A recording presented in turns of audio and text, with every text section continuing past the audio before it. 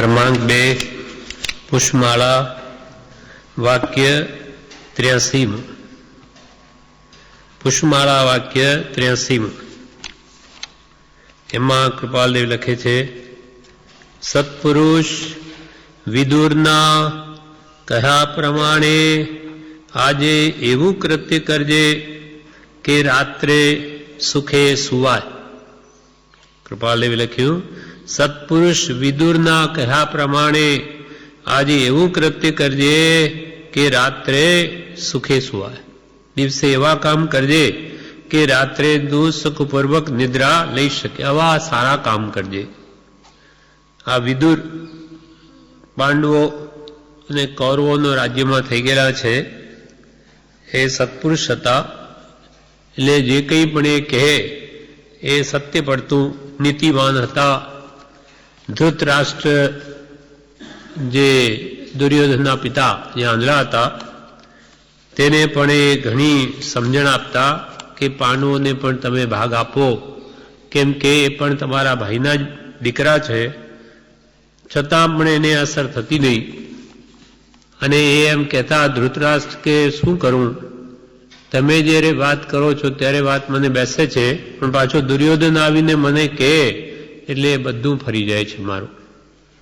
અર્થાત એમના સત્પુરુષ વિદુર પ્રત્યે ધૃતરાષ્ટ્રને પણ શ્રદ્ધા હતી. એટલે કૃપાલદેવે પણ એમ કહ્યું કે સત્પુરુષ વિદુરે જે કહ્યું તે પ્રમાણે આજે એવું કાર્ય કરજે કે જેથી રાત્રે તું સુખે સૂઈ શકે.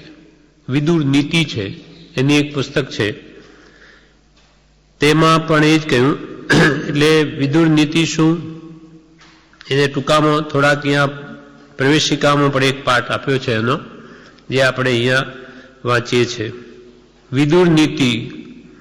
પ્રભુશ્રી કહે નીચેના બોલ આત્માને હિતકારી લાભનું કારણ છે. પ્રભુશ્રીએ પણ કહ્યું, વિદુરે જે કહ્યું તે વ્યવહાર શુદ્ધિ માટે આ બધા એના કહેલા વચનો આત્માને લાભકારી છે. પહેલું, અવશ્ય કરવા લાયક કર્મ. અવશ્ય કરવા લાયક કર્મ કહ્યું. અવશ્ય કે કાર્ય અવશ્ય જીવે કરવા જોઈએ તે શું? તો કે ધીરજ, શમ, સત્ય, પરબ્રહ્મની પ્રાપ્તિ કરાવનારા ધ્યાન, ધારણા વગેરેને અનુસરવું. એટલે જીવનમાં ધીરજ અવશ્ય રાખવી. ધૈર્ય, ધીરજના ફળ મીઠા છે. સમ એટલે કશાયનું ઉપશમન કરવું, કશાયો ઘટાડવા. સત્ય બોલવું, અસત્યનો કદી આશ્રય લેવો નહીં, સત્યનો જય છે. સત્યમેવ જયતે, સત્યનો જ જય છે. પછી પરબ્રહ્મની પ્રાપ્તિ એટલે આત્માની પ્રાપ્તિ કરાવનારા એવા ધ્યાન, ધારણા અને સમાધિ જે યોગના અંગ છે તેને જાણીને તે પ્રમાણે તેને અનુસરવા. ધ્યાન, ધારણા અને સમાધિ શું છે? તો કે ધ્યાન એ તો એકાગ્ર થવાની જે શરૂઆત ધ્યાનમાં તેને એકાગ્રતા અને ધ્યાન કહે છે. પછી તે ધ્યાનમાં જે ટકે તેને ધારણા કહે, અને તેમાં જે સ્થિર થાય તેને સમાધિ કહે છે. હૃદયની અહંતા અને મમતારૂપ ગાંઠને અથવા અંતઃકરણની ચપળતાને દૂર કરવી. મનમાં અહંકાર રાખવો નહીં, પર પદાર્થો પ્રત્યે મમત્વ ભાવ રાખવો નહીં. એટલે હું પણ અહંભાવને મમત્વ ભાવ નિવૃત્ત થવાને અર્થે જ્ઞાની પુરુષોએ 6 પદની દેશના પ્રકાશી છે. એટલે અહંભાવ અને મમત્વ ભાવ એ સર્વ દુઃખનું મૂળ છે. એનો ત્યાગ કરવો, મનની ચપળતાને પણ દૂર કરવી. મન ચંચલ ન રાખવું, એને કોઈ સારા ઉત્તમ કામમાં સ્થિર કરવું. ઇષ્ટ અનિષ્ટપણું કરવું એ કર્મજન્ય છે. ઇષ્ટ અનિષ્ટપણું ન કરવું. આ કરવા લાયક કાર્ય મેં મારા ગુરુ પાસે સાંભળ્યા છે તે કહ્યા. આજે કરવા લાયક કાર્યો કહ્યા. શું કરવું? તો કે એક તો ધૈર્ય ધીરજથી આરાધના કરવી, કશાયનું શમન કરવું, સત્યને વળગી રહેવું, પરબ્રહ્મની પ્રાપ્તિ કરવા માટે ધ્યાન, ધારણા અને સમાધિ કરવા, અને અહંકાર ને મમત્વ ભાવ રાખવો નહીં, અને અંતઃકરણની શુદ્ધિ કરી અને મનને ચપળ રાખવું નહીં. કેમ કે મન એવ મનુષ્યાણામ કારણમ બંધ મોક્ષ. બંધ અને મોક્ષનું કારણ માનવ મનુષ્યનું મન છે. અને ભેદ જ્ઞાન કરવું, દેહથી આત્મા ભિન્ન છે એનો વારંવાર વિચાર કરવો. અવશ્ય કરવા યોગ્ય કાર્ય કયા? કૃપાલદેવે પણ કહ્યું કે સર્વ દુઃખ અને સર્વ ક્લેશથી મુક્ત થવાનો ઉપાય એક આત્મજ્ઞાન છે. આત્મજ્ઞાન જ્યાં સુધી જીવ કરે નહીં ત્યાં સુધી કોઈ કાળે પણ જન્મ જરા મૃત્યુના દુઃખથી છૂટે નહીં. અને એના માટે કશાયનું શમન, ત્યાગ, વૈરાગ, ઉપશમ, ભક્તિ જે જ્ઞાન પ્રાપ્તિની યોગ્યતા છે કે સંવેગ, નિર્વેદ, આસ્થા, અનુકંપા એ બધી આત્મજ્ઞાનની ભૂમિકા પ્રાપ્ત કરવાનો ઉપાય છે. એને કેળવવા મેળવવા કે જેથી આપણો આત્મા ભેદ જ્ઞાન પામી અને સમાધિ મરણ કરે અને આગળ વધી 2-5 હોમમાં સંસારનો અંત આણી દે. અવશ્ય કરવા એવું કાર્ય કયા? હવે 2 ત્યાગ કરવાની વસ્તુઓ એટલે અવશ્ય ન કરવા યોગ્ય એવા કામો તે કયા?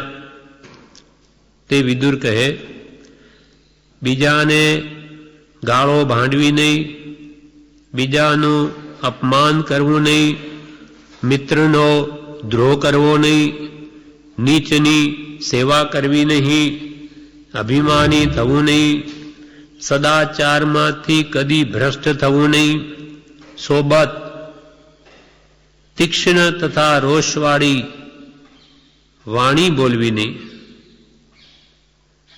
જ્ઞાનીની આજ્ઞાએ વર્તવું. આ જગતમાં તીક્ષ્ણ વાણી તે પુરુષોના મર્મ ભાગને, હાડકાને, હૃદયને તથા પ્રાણોને બાળી નાખે છે.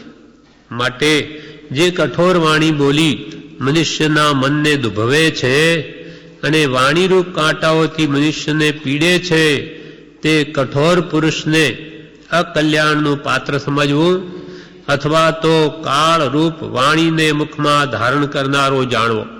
આ કહ્યું આ વસ્તુઓનો ત્યાગ કરવો. કઈ કઈ કે અવશ્ય આ ન કરવું. એક તો ગાળો ભાંડવી નહીં, એ હલકા લોકો કરે, ઉત્તમ પુરુષને મુખમાં આ શોભે નહીં. બીજાનું કદી અપમાન કરવું નહીં, કોઈનો વિશ્વાસઘાત કરવો નહીં, અને મિત્રનો પણ કદી વિશેષે કરીને દ્રોહ ન કરવો એટલે વિશ્વાસઘાત ન કરવો.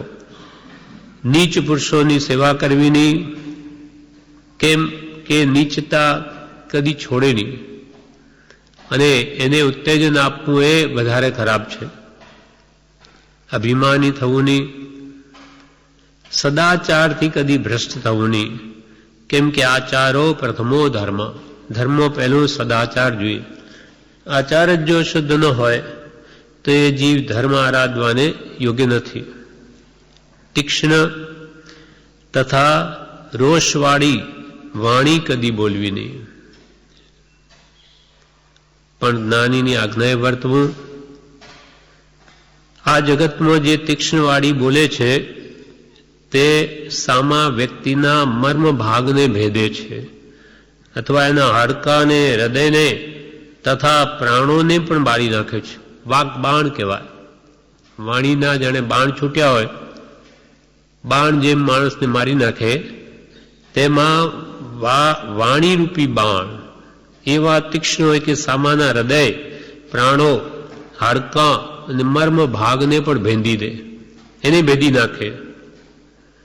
કઠોર વાણી બોલી મનુષ્યના મનને જે દુભવે છે અને વાણીરૂપ કાંટાઓથી જે મનુષ્યોને પીડે છે તે કઠોર પુરુષને અકલ્યાણનું પાત્ર સમજવું એટલે કે એનું કલ્યાણ નહીં થાય.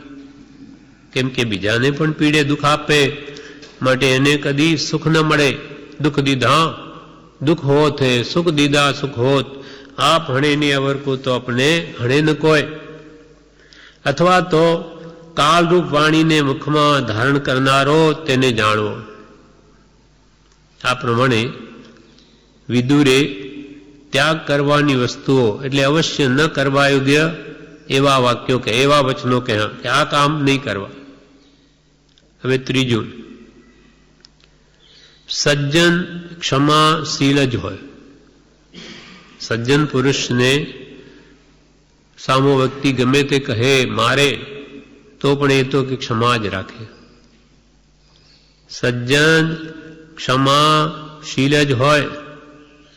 કોઈ દુષ્ટ મનુષ્ય પ્રદીપ્ત અગ્નિ જેવા તીવ્ર વાણીરૂપ બાણથી સજ્જનને ઘાયલ કરે, પરંતુ સજ્જન ઘાયલ થયા છતાં અને ઘણો દુઃખી થયા છતાં પણ જાણે છે કે આ મનુષ્ય મારા પુણ્યમાં વધારો કરે છે. ખરા સજ્જન હોય તેને કોઈ પીડે તો પણ તે એમ માને, ગમે તે દુઃખ પડતું હોય તો પણ એમ માને કે આ સામો વ્યક્તિ મારા પુણ્યમાં જ વધારો કરે છે. હું ક્ષમતા રાખું, મારા આટલા પાપો નિર્જરી જાય અને એ મને એમાં મદદ કરે છે, પુણ્યમાં વધારો કરે. ક્ષમા વીરસ્ય ભૂષણમ. ક્ષમા એ જીવને ભૂષણરૂપ છે. કહ્યું છે કે નિંદક વેચે આપ કછુન પાવે નિંદસે, પરજન કો ગ્રહી પાપ બણજ કરત હૈ પુણ્ય કો. એટલે નિંદા કરનારો તે વ્યક્તિ પોતાને જ વેચી દે છે. કછુન પાવે એ નિંદા કરવાથી એને કાંઈ મળતું નથી. પરજન કો ગ્રહી પાપ બણજ કરત હૈ પુણ્ય કો. તે તો બીજાનું પાપ લે છે ને પોતાનું પુણ્ય બીજાને આપે છે. માટે હંમેશા ક્ષમાશીલ રહેવું. ક્ષમા એ જ મોક્ષનો ભવ્ય દરવાજો છે. ક્ષમા વીરસ્ય ભૂષણમ. ક્ષમા એ ધર્મ છે. 10 લક્ષણરૂપ ધર્મ કયા? આત્મજ્ઞાનની પ્રાપ્તિ માટે 10 લક્ષણરૂપ ધર્મ કયા? તેમાં ઉત્તમ પહેલી ક્ષમા છે. ઉત્તમ ક્ષમા. આર્જવ માર્જવ સત્ય સો સંયમ તપ ત્યાગ કિંજન બ્રહ્મચર્ય એ 10 લક્ષણરૂપ ધર્મ છે. એ આત્માનો સ્વભાવ છે. એ સ્વભાવ મેળવવા માટે ગમે તેટલી બાહ્ય તકલીફ પડે, દુઃખ પડે તો પણ એને ક્ષમતાએ સહન કરવું, તો જ એ ગુણો પ્રગટ થાય. એટલે સજ્જન હોય તે હંમેશા ક્ષમાશીલ જ હોય. ચોથું, દેવતાઓ કોને ચાહે છે? દેવતાઓ કોને ચાહે છે? તો કે પોતાની સાથે વાદ કરનારા સાથે વાત કરે નહીં, બીજાને વાત કરવા માટે ઉશ્કેરે નહીં. કોઈ મરી જાય તો પણ, કોઈ મારી જાય તો પણ તેને સામો મારે નહીં, અથવા તો બીજાની પાસે મરાવે નહીં, અને કોઈ પણ પાપીને મારવાની ઈચ્છા કરે નહીં. તે મનુષ્ય સ્વર્ગમાં જાય છે અને દેવતાઓ તેવા મનુષ્યને ચાહે છે. દેવતાઓ કોને ચાહે? તો કે જે પોતાની સાથે વાદ કરે તેની સાથે મૌન રહે. વાદમાં નકામો ક્લેશ ભાવ વધે છે. એક બે વાત એ કરે પછી એ કરે, આમ કરતા કરતા વાદ વિવાદમાં માત્ર ક્લેશ ઉશ્કેરાટ અથવા કર્મ બંધ છે. માટે જે વાત કરનારા સાથે મૌન રહે, વાત કરે જ નહીં, અને બીજા કોઈને પણ વાત કરવા માટે ઉશ્કેરે નહીં. કોઈ એને મારી જાય તો એ સામો મારે નહીં, અથવા તો બીજા પાસે પણ કોઈને કહીને પણ બીજાને મરાવી દુઃખ આપે નહીં. કોઈ પણ પાપીને મારવાની પણ ઈચ્છા કરે નહીં. એના કર્મે છે પાપી, માટે ઉપેક્ષા ભાવના રાખી એને પણ દુઃખ આપવાની ઈચ્છા ન રાખે તે મનુષ્ય સ્વર્ગમાં જાય છે. એટલે કે મન વચન કાયાથી જે અહિંસાને પાળે તે સ્વર્ગમાં જાય છે. અને દેવતાઓ તેવા મનુષ્યને ચાહે છે. ચોથું, 4 જાતનું બોલવું. વિદુર કહે 4 જાતનું બોલવું. ઝાડ જે મૌન રહે છે તેમ મૌન રહેવું એ સર્વોત્તમ છે, બોલવું જ નહીં. ન છૂટકે શબ્દો ઉચ્ચારવા, 5 શબ્દથી કાર્ય સિદ્ધ થતું હોય તો 10 નહીં બોલવા. જેમ મને તેમ ઓછું બોલવું અથવા મૌન રહેવું એ ઉત્તમ છે. તે કરતાં સત્ય બોલવું તે ઉત્તમ છે, અને તે કરતાં પ્રિય બોલવું તે ઉત્તમ છે, અને સર્વથી ધર્મ સ્વરૂપ પરમાર્થ સત્ય બોલવું તે તો વધારે ઉત્તમ છે. આ પ્રમાણે બોલવું કહેવાય છે. એટલે ગમે તેવું બોલવું એના કરતાં મૌન રહેવું સારું, અને બોલવું તો સત્ય બોલવું તે ઉત્તમ. સત્ય પણ પ્રિય બોલવું, બીજાને દુઃખ થાય એવું નહીં, તે ઉત્તમ. અને ચોથું સર્વથી શ્રેષ્ઠ તો પરમાર્થ સત્ય બોલવું. એટલે દ્રવ્ય દ્રષ્ટિ રાખી અને સામો વ્યક્તિ તે આત્મા છે, સ્ત્રી હોય પુરુષ હોય, એમાં આત્મભાવ રાખીને આત્મદ્રષ્ટિ રાખી આ રાજા શ્રેણી કે ચેલના રાણી બધા આત્મા છે એવો ભાવ રાખીને જાગૃતિ રાખીને બોલવું તે પરમાર્થ સત્ય છે. આ પ્રમાણે 4 પ્રકારે બોલવું. 5મું વિષયનો ત્યાગ તે દુઃખનો ત્યાગ છે. 5 દિનના વિષયો એ દુઃખ જ છે, એનો ત્યાગ કરવો એ સુખ છે. વિષયનો ત્યાગ તે જ દુઃખનો ત્યાગ. પુરુષ જે વિષયથી દૂર થાય છે તે વિષયજન્ય દુઃખમાંથી પણ મુક્ત થાય છે. કારણ પુરુષ એ વિષયથી મુક્ત થવાને લીધે ક્યાંયથી અણુ માત્ર પણ દુઃખ ભોગવતો નથી. એટલે વિષયો છે 5 એમના વિષયો, શબ્દ રૂપ રસ ગંધ સ્પર્શ શબ્દ, એ વિષયોથી જે દૂર થાય તે વિષયથી ઉત્પન્ન થતા દુઃખમાંથી પણ મુકાય છે. કારણ કે પુરુષ એ વિષયથી મુક્ત થવાને લીધે પછી ક્યાંયથી અણુ માત્ર પણ દુઃખ ભોગવતો નથી. એટલે સર્વ દુઃખનું મૂળ 5 ઇંચના વિષયો જ છે. વિષયોને લઈને કસાય છે. 5 ઇંચના વિષયોમાં જે આસક્તિ ન હોય તો એ ક્રોધ માન માયા લોભાદી કસાય શા માટે કરે? વિષયોને લઈને કસાય, અને કસાય એટલે વિષય કસાયને લઈને આખો સંસાર છે. જે વિષયોથી મુક્ત થયો તે સર્વ દુઃખથી મુકાઈ ગયો. કાળે કરીને સર્વ દુઃખથી મુક્ત થશે. વિષય મુક્ત થયેલો પુરુષ પરાજય પામતો નથી, તે બીજાનો પરાજય કરવા ઈચ્છતો નથી. ખરેખર વિષયોથી જે મુકાયા જ્ઞાની પુરુષો તે પોતે પરાજય પામતા નથી અને બીજાનો પણ પરાજય થાય એમ ઈચ્છતા પણ નથી. કોઈ સાથે તેઓ વેર કરતા નથી. નિંદા તથા પ્રશંસાને સમાન ગણે છે, અને નિંદાથી શોક કરતા નથી, તેમ પ્રશંસાથી પણ હર્ષ પામતા નથી. નિંદા કે પ્રશંસા જેને સમ છે, વિષયોની આસક્તિ જેને છૂટી ગઈ તૂટી ગઈ, તેને પછી કોઈ નિંદા કરો કે પ્રશંસા કરો બધું સમ છે. તે કોઈ નિંદા કરે તો હૃદયમાં શોક પામતો નથી, કોઈ પ્રશંસા કરે તો પણ હર્ષ પામતો નથી. એટલે વિષયનો ત્યાગ તે જ ખરેખર દુઃખનો ત્યાગ છે. એ સંસારના દુઃખથી છૂટવું હોય તો 5 ઇંચના વિષયોથી છૂટવું. 5 ઇંચના વિષયોને ઘટાડવા કે મટાડવા, તેથી કાળે કરીને સર્વ દુઃખથી મુક્ત થાય છે. એટલે કૃપાલદેવે પહેલી ભૂમિકામાં જ કહ્યું, મંદ વિષયને સરળતા સહયાજ્ઞા સુવિચાર કરુણા કોમળતા દ્વિગુણ પ્રથમ ભૂમિકા આધાર. પહેલામાં પહેલા કહ્યું, પહેલી ભૂમિકા કઈ તો કે મંદ વિષય. 5 ઇન્દ્રિયના વિષયોને મંદ કરો.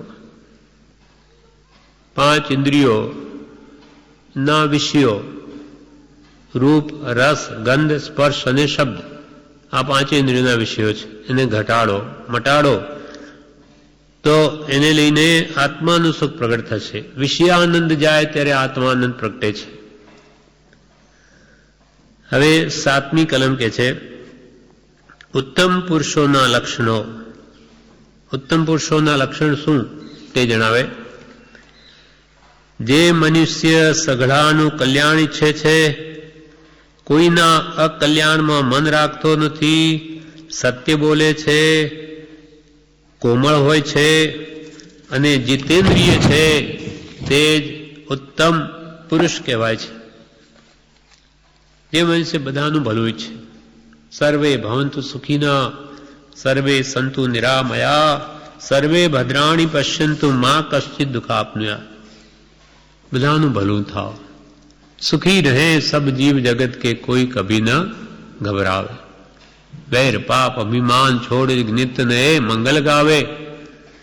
એમ બધાનું જે ભલું ઈચ્છે, કોઈનું પણ અકલ્યાણ ન ઈચ્છે અને સત્ય બોલે, કોમળ હૃદયવાળો હોય, જીતેન્દ્રિય હોય, 5 વિષયોને જેણે જીત્યા હોય તે જ ઉત્તમ પુરુષ ગણાય છે.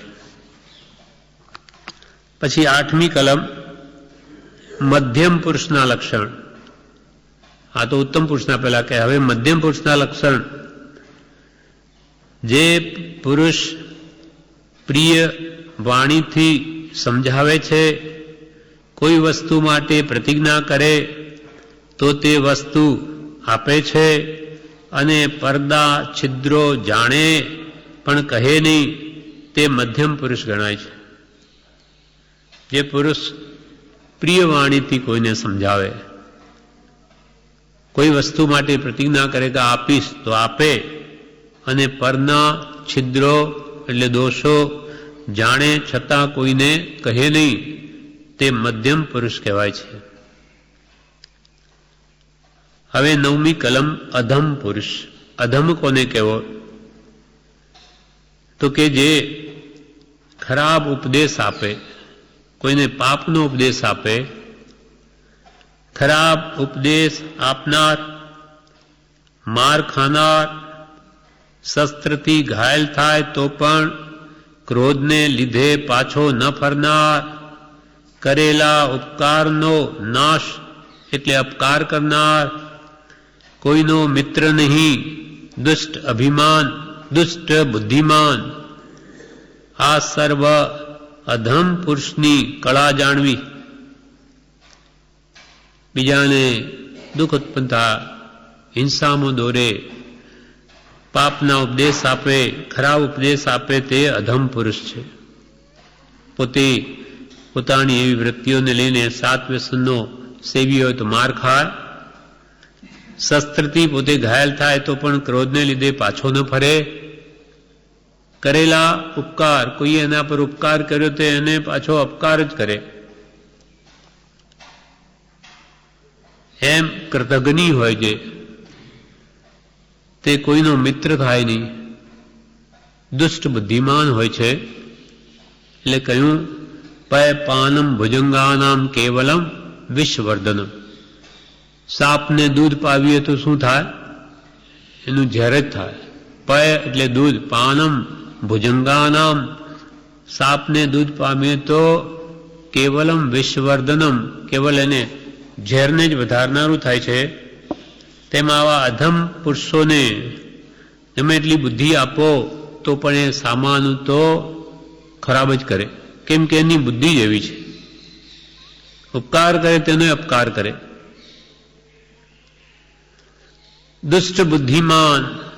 આ સર્વ અધમ પુરુષની કળા જાણવી. જે મનુષ્યો બીજાની પાસેથી કલ્યાણકારી વાર્તા સાંભળી તેના ઉપર વિશ્વાસ રાખતો નથી, જેને પોતાનો પણ વિશ્વાસ નથી અને જે મિત્રોના વચનોનો અનાદર કરે છે, તેને ખરેખર અધમ પુરુષ જાણવો.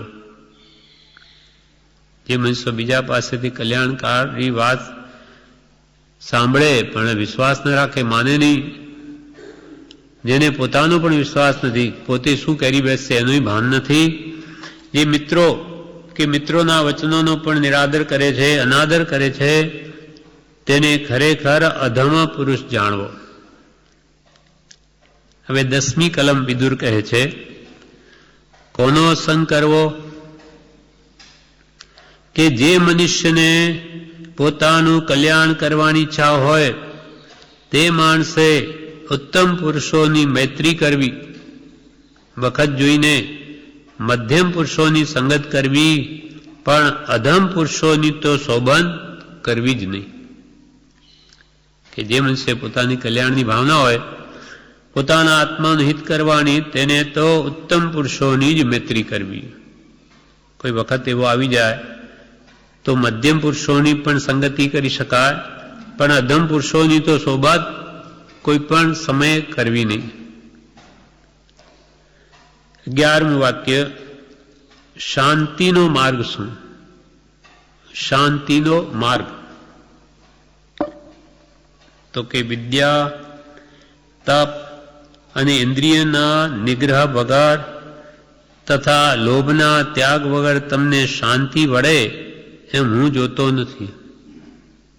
તમારી પાસે સદવિદ્યા નહીં હોય, સા વિદ્યા એ વિમુક્ત વિદ્યા કે જે મુક્તિ આપે એવી આત્મવિદ્યા, સતવિદ્યા જો ન હોય કે ઈચ્છા નિરોધસ તપઃ, ઈચ્છાઓનો નિરોધ કરવો એવું તપ તરફ લક્ષ્ય ન હોય, અને ઇન્દ્રિયોનો નિગ્રહ ન કરતો હોય અને લોભમાં જ પડ્યો હોય, તો એને કે છે કદી શાંતિ મળે એમ હું જોતો નથી. વિદ્યા, તપ અને ઇન્દ્રિયના નિગ્રહ વગર તથા લોભના ત્યાગ વગર તમને શાંતિ વળે એમ હું જોતો નથી. હવે તેનું ફળ કહે છે, બુદ્ધિથી ભયનો નાશ થાય છે. સદબુદ્ધિ જેની પાસે હોય, વિદ્યા હોય સત, એનાથી ભયનો નાશ થાય છે. અને તપ હોય તો તપથી તેજ મળે છે. ગુરુજનની સેવા કરવાથી જ્ઞાન મળે છે, અને યોગ સેવનથી શાંતિ મળે છે, સ્થિરતા આવે છે જીવનમાં. પુરુષનો બુદ્ધિથી ભયનો નાશ થાય છે, તપથી તેજ મળે છે, ગુરુજનની સેવા કરવાથી જ્ઞાન મળે છે, અને યોગ સેવનથી શાંતિ મળે છે. પુરુષો દાનના ફળનો અને યજ્ઞના ફળનો એટલે સ્વર્ગાદિક પુણ્યનો ત્યાગ કરી રાગ તથા દ્વેષથી મુક્ત થાય છે. તે આ જગતમાં જીવતા મુક્ત થઈને ફરે છે. દાન આપે તેના ફળનો કે યજ્ઞના ફળનો એટલે કે સ્વર્ગાદિક પુણ્યનો ત્યાગ કરીને આવા જીવો રાગ તથા દ્વેષથી મુક્ત થાય છે, જેને આત્મશાંતિ મેળવી હોય તે, અને તે આ જગતમાં જીવતા છતાં પણ મુક્ત છે. 12મું વાક્ય, કોણ કોનો નાશ કરે છે? કોણ કોનો નાશ કરે એના વિશે કહે છે, ઘડપણ રૂપનો નાશ કરે. વૃદ્ધાવસ્થા તે રૂપનો નાશ કરે. આશા ધૈર્યનો નાશ કરે છે. આશા રાખવી કોઈ પણ પદાર્થની, તેથી આપણું ધીરજ ખૂટી જાય. એટલે કૃપાલદેવે શું કહ્યું કે કોઈ પણ કામની નિરાશા ઈચ્છવી, કોઈ પણ કામની નિરાશા ઈચ્છવી, પરિણામે જેટલી સિદ્ધિ થાય તેટલો લાભ. આમ કરવાથી સંતોષી રહેવા છે. એટલે કોઈ પણ કામની નિરાશા ઈચ્છવી, કોઈ પણ કામ કરીએ જેટલું આપણું પુરુષાર્થ કરવો આપણો ફળ છે, જે થાય તે સારું. એમ નિરાશા ઈચ્છીએ પછી પરિણામે જેટલી સિદ્ધિ થાય તેટલો આનંદ રહે. અને આમ કરવાથી કૃપાલથી કે સંતોષી રહેવાશે. પણ પહેલાથી ઘણી આશા બાંધી હોય અને કંઈ મળે નહીં તો ધૈર્ય તૂટી જાય. માટે જેમ ઘડપણ રૂપનો નાશ કરે છે, આશા ધૈર્યનો નાશ કરે છે, મૃત્યુ પ્રાણોનો નાશ કરે છે, ઈર્ષા ધર્માચરણનો નાશ કરે છે, કામ લજ્જાનો નાશ કરે છે, નીચની સેવા સદાચરણનો નાશ કરે છે, ક્રોધ લક્ષ્મીનો નાશ કરે છે, અને અભિમાન એટલે અહંકાર તે તો સઘળાનો નાશ કરે છે. પાપ મૂળ અભિમાન. ઈર્ષા કરવી કોઈ પ્રત્યે તે ધર્મ આચરણનો નાશ કરે. કોઈ પ્રત્યે ઈર્ષા નહીં કરવી કે આ કેમ આગળ વધી ગયો, એના પુણ્ય ફળે છે, એમાં તને શું વાંધો છે.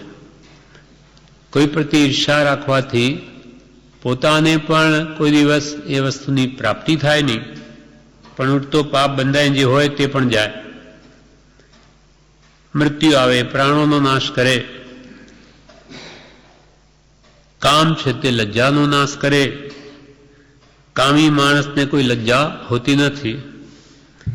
નીચની સેવા એ સદ આચરણનો નાશ કરે.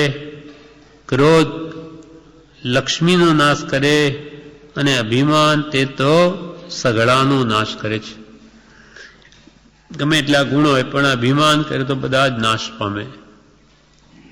માટે અહંકાર કોઈ પણ કાર્ય કરીને રાખવો નહીં, સદા વિનયી રહેવું. જેમ જેમ ઝાડ ઉપર ફળ મોટું થાય તેમ તેમ એ ઝાડની ડાળીઓ નમે છે. તો સાચું જ્ઞાન યથાર્થ મળ્યું હોય તો એનાથી જીવનમાં ગુણ પ્રગટવા જોઈએ. અહંકાર આવે તો એ જ્ઞાન સમ્યક રીતે પરિણમ્યું નથી. પછી 13મું વાક્ય, જે કામ વડે રાત્રિ સુખમાં જાય તે કામ દિવસે કરી લેવું. એટલે જે કામ કરવાથી વૃદ્ધાવસ્થા સુખમાં જાય તે કામ પ્રથમ અવસ્થામાં કરી લેવું. અને યાવત જીવત એટલે જીવતા સુધી એવું કામ કરવું કે જે કરવાથી મરણ થયા પછી પણ સુખ મળે. જે કામ કરવાથી આપણી વૃદ્ધાવસ્થા સુખમાં વ્યતીત થાય તે કામ યુવા વયમાં કરી લેવું. જેમ કે યુવા વયમાં કમાણી કરે તો વૃદ્ધાવસ્થામાં સુખે ખાઈ શકે, એમ જે કામ કરવાથી વૃદ્ધાવસ્થા સુખમાં જાય તે કામ પ્રથમ અવસ્થામાં કરી લેવું. અને યાવત જીવિત એટલે જીવતા સુધી એવું કામ કરવું જીવન પર્યંત કે મરણ થયા પછી પણ સુખ મળે. છેલ્લે અંત વખતે આપણને થાય કે આ જીવન આખું વ્યર્થ ગયું, કંઈ આત્મહિત કર્યું નહીં, એટલે કોણ જાણે કોઈ ગતિમાં જઈને પડીશ, એવો ભાવ ના આવવો જોઈએ. પણ અંત વખતે પણ એને એમ રહે કે જીવન સારા કામમાં જ ગયું છે, એટલે કોઈ ભય નથી દુર્ગતિનો. એમ એવું કામ કરવું આ જીવન કે જેથી મરણ થયા પછી પણ સુખ મળે. આ પ્રમાણે આ 13 પ્રકારે વિદુરે અહીંયા આ નીતિ બતાવી. સત્પુરુષ વિદુરના કહ્યા પ્રમાણે આજે એવું કૃત્ય કરજે કે રાત્રે સુખે સુવા. એટલે દિવસે એવા કામ કરજે કે રાત્રે તને આમ સંતોષ થાય કે આજનો દિવસ સુખપૂર્વક ગયો, અથવા સારા કામમાં જ વ્યતીત થયો છે. ભક્તિ, સત્સંગ, સ્વાધ્યાય, સ્મરણ વગેરે થયા છે. કોઈનો પરોપકાર પણ થયો, અથવા કોઈનું બુરું કર્યું નથી. એમ 18 પાપસ્થાનક રોજે રાત્રે ફેરવી જવા કહ્યું કે જેથી એને ધ્યાનમાં આવે કે આખો દિવસ આપણે શું કર્યું. આ પ્રમાણે આ 83મું વાક્ય પૂરું થયું.